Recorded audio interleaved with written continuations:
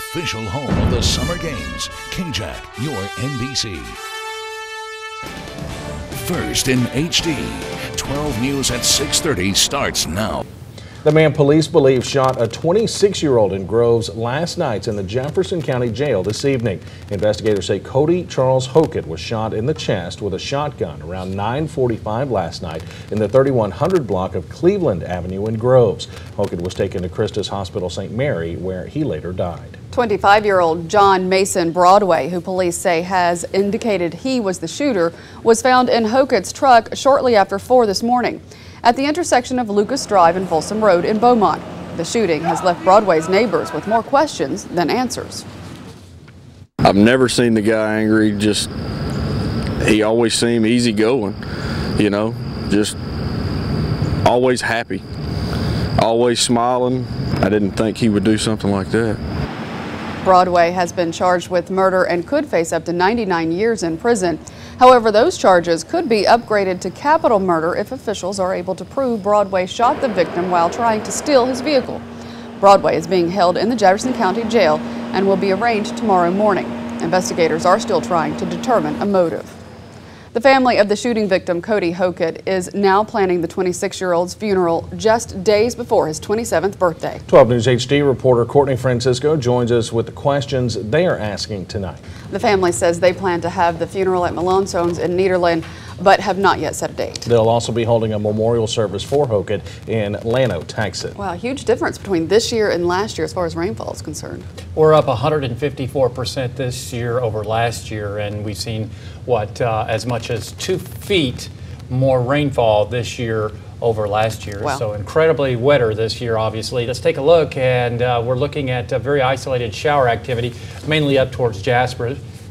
Those are working towards the north, and by 8 p.m., 83 degrees, falling down to 77 at midnight. So a quiet evening across the area. We'll take a quiet evening for a change. Sure. Absolutely. Thanks, Patrick. 4 days after the mass shooting in Aurora, Colorado, in which 12 people died, another 58 were wounded, stories of heroism inside the theater that night continue to emerge. Stories of countless lives saved by acts of bravery after the shooting started. Among them, 4 boyfriends or husbands who shielded their girlfriends from the gunfire.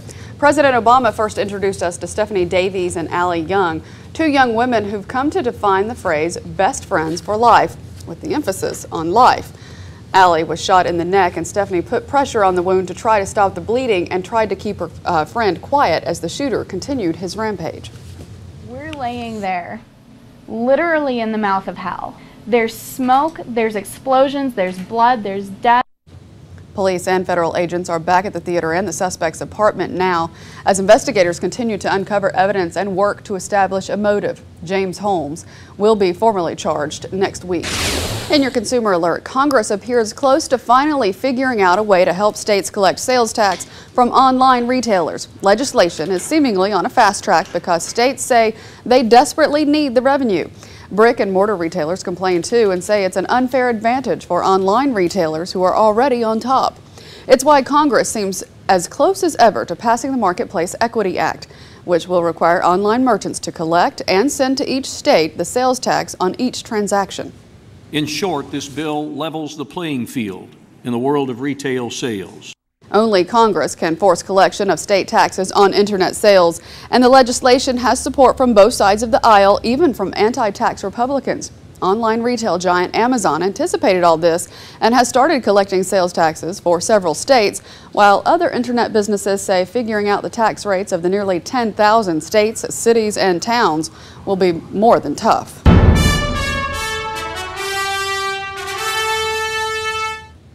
As we count down to the Olympic Games, you have probably seen some pretty close finishes through the years, with just a few hundredths of a second separating the winner from the rest of the pack. Liam McHugh explains how race officials are able to determine who actually wins a race and by how much. You can find the full collection of Science of the Summer Olympics stories on NBCLearn.com and Science360.gov. It's almost here, folks. Just 3 days until opening ceremonies. Watch full coverage starting Friday at 6:30 right here on KJAC, your NBC. Coming up on 12 News HD, it turns out cats aren't the only ones who like laser pointers. We have a video to prove it. Plus, Olympic fans in London get the surprise of a lifetime. Who pops in for a photo finish? That's in Web Trends next.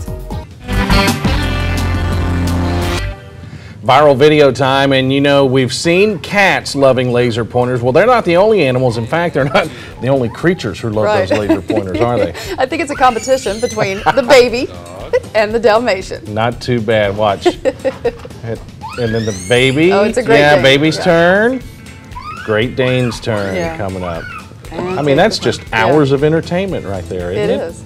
Everybody loves I keep it. expecting the two to collide, but thankfully enough, they do not. Well, the actual laser pointing person was pretty smart to keep them apart. All right, we've talked on this segment before about how I love photo bombs. This is the ultimate photo bomb right here. This, of course, is in London as they get ready for the Olympics. Look who's jumping in the photo booth with everybody. Just popping his head in, saying hi, taking pictures. David Beckham. Bending it like Beckham. Absolutely. I would cry if this happened to me. Patrick wants to know who David Beckham is. Oh, Patrick, we'll have a good conversation after the show. Just the best soccer player ever. Yeah, this is pretty cool, though. Again, plenty of people, the surprise of a lifetime when he jumped in the photo booth set up at a London shopping mall near Olympic Park. The intent was to have people simply step inside, have a souvenir picture taken, but talk about a souvenir when David Beckham jumps in. That is the souvenir for a lifetime. And I want to fast forward, here we are, to the little boy. This would be me. Yeah. That is his idol. And he just burst out in tears because he's so excited to see it. That's good stuff. Yeah. And good for David Beckham for doing Absolutely. that. All right, we're not finished yet, folks. Stay with us. We'll be right back. All right, thanks, Patrick. Well, take a look at this. Apple will make a design change in its new iPhone. When the iPhone 5 goes on sale, probably around October, the wide dock connector at the bottom of the current device will be much smaller. Instead of a 30-pin connector, the iPhone 5 will come with a 19-pin connector. The new design will make room for the earplug to move to the bottom, according to a report by Reuters. The change could annoy some faithful iPhone and iPod fans because the new phone will not connect with the current array of accessories like speakers and power chargers without an adapter. But new business for accessory makers. It's time to open and more money to shell out. That's why I don't like Apple. For proprietary. For the accessories. I'm a PC. Really feel. I'm a PC tell us how man. you really feel. Yeah, I'm a PC man. Thanks for joining us tonight. Be sure to join Jackie, Kevin, Patrick, and Dave for 12 News HD at 10 on KBMT on ABC. Have a great night.